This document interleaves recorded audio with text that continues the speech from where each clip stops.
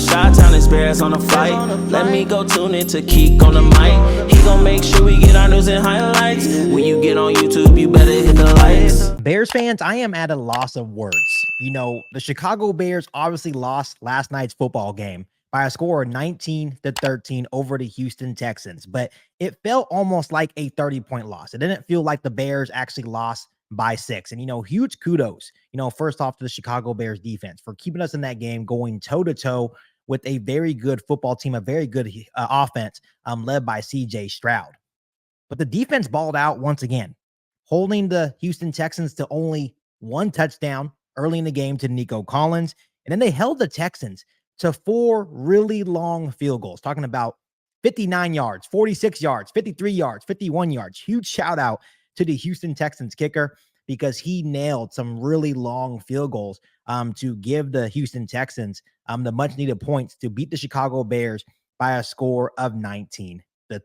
So once again, huge out to the Chicago Bears defense. I think last night was a statement for them, even though we did not come out with the win. That's 2 weeks in a row where they have just looked really, really good. I think we can finally say as Bears fans, right? And we're used to saying this because usually our defense is pretty good, but we can finally say that I think we have a top 5 defense here in Chicago, right? They are that good, Bears fans.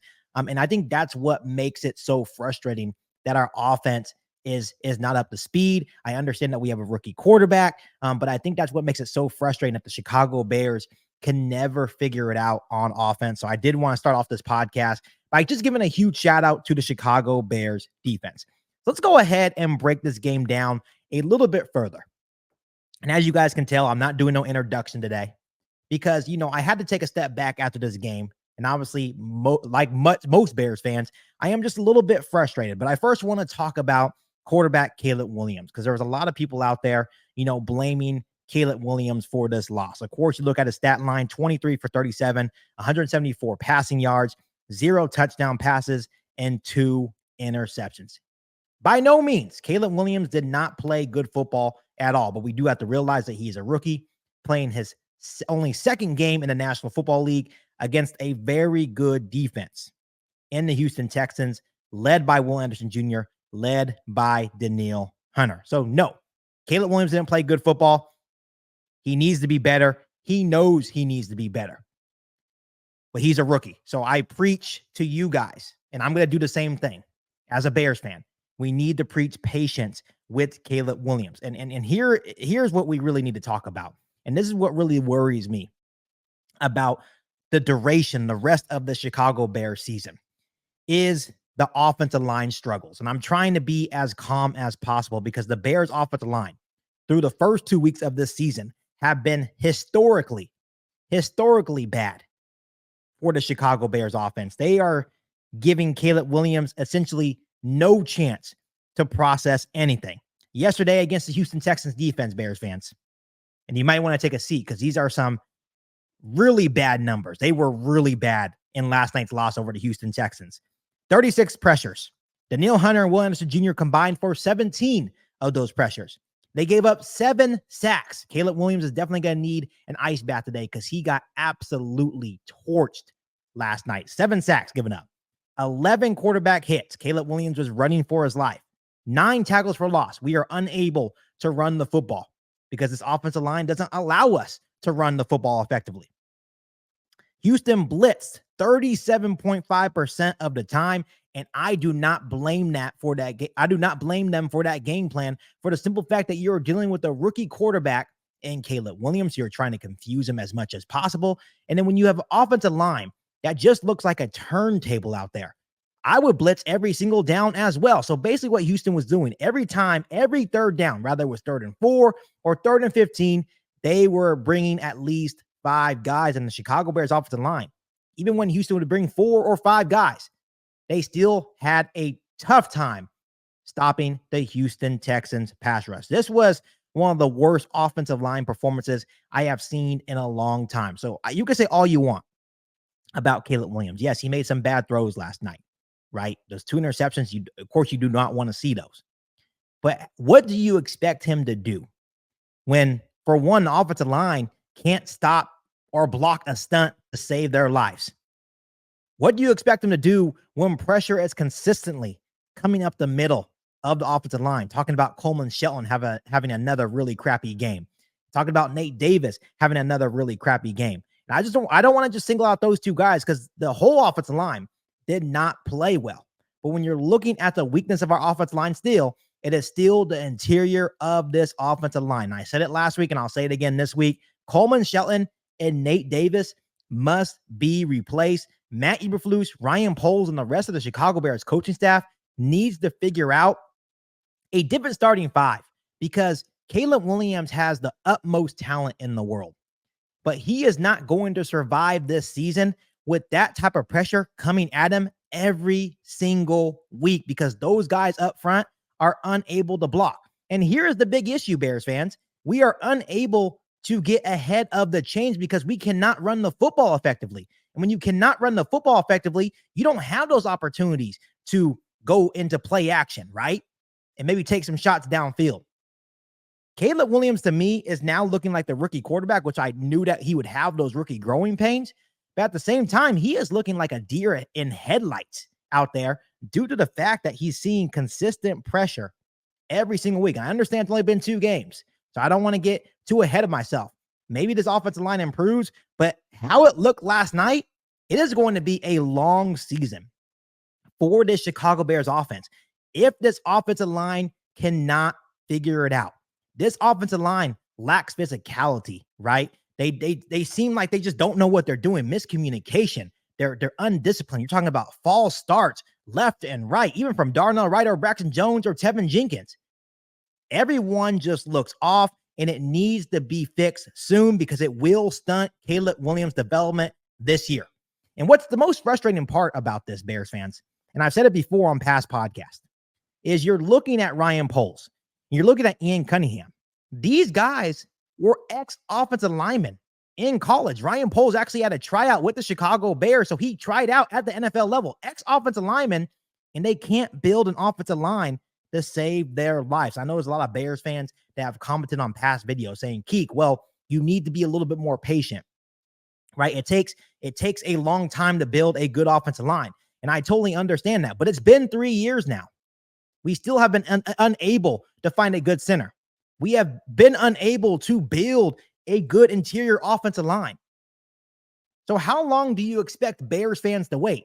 5, 6, 7 years to build a good offensive line? By that time, Caleb Williams will then be a bust, and we'll be moved on to our next quarterback, our next franchise quarterback, our next hero. I'm starting to quickly figure out that the problems over the years, even though most of the quarterbacks over the years have had their struggles as well, but I'm starting to figure out that the common denominator is the offensive line and the inability of Ryan Poles and Ian Cunningham to be able to build this offensive line. Something has to change in a quick and a hurry because I don't want to see another quarterback, a good quarterback that has potential, wasted because the offensive line can't block. Once again, 36 pressures, 7 sacks, 11 quarterback hits is not good. I understand Will Anderson Jr.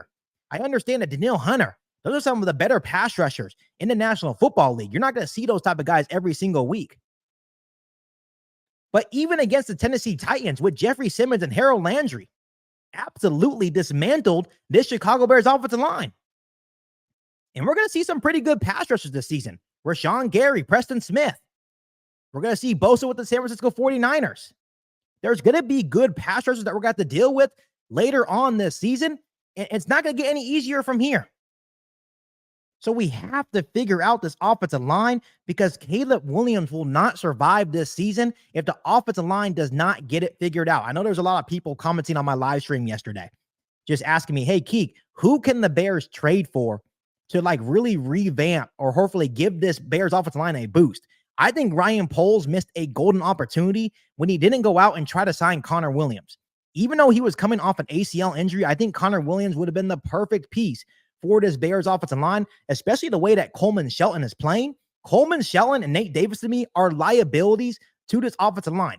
I feel like if we can try to replace those two guys with maybe some of the guys we have on the roster currently, maybe that would give the offensive line just that little jolt to be better as a complete unit. So personally, to me, I don't think the Bears should give up any picks.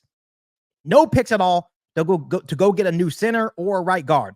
I think we should look at what we have on our roster currently and just shuffle this offensive line a little bit. And when I mean shuffle, I mean just take out Coleman Shelton at center and take out Nate Davis at right guard and put in Ryan Bates when he's healthy at center and let Karan Amagazi, yes, Karan Amagazi, the rookie out of Yale, let him play right guard. Because at this point, I'd rather see a rookie struggle and develop than watch Nate Davis be a turntable every single play. So my starting offensive line would be like this, Bears fans. Braxton Jones at left tackle, Chevin Jenkins at left guard, Ryan Bates when he's healthy at center, Karan Amagazi at right guard, and at right tackle, I'm fine with Darnell Wright. Let that combination work out. Let's see how that works out for the Bears, because at this point, it can't get any worse. And that is the most frustrating part. How did the offensive line get worse from last year? That makes no sense to me whatsoever.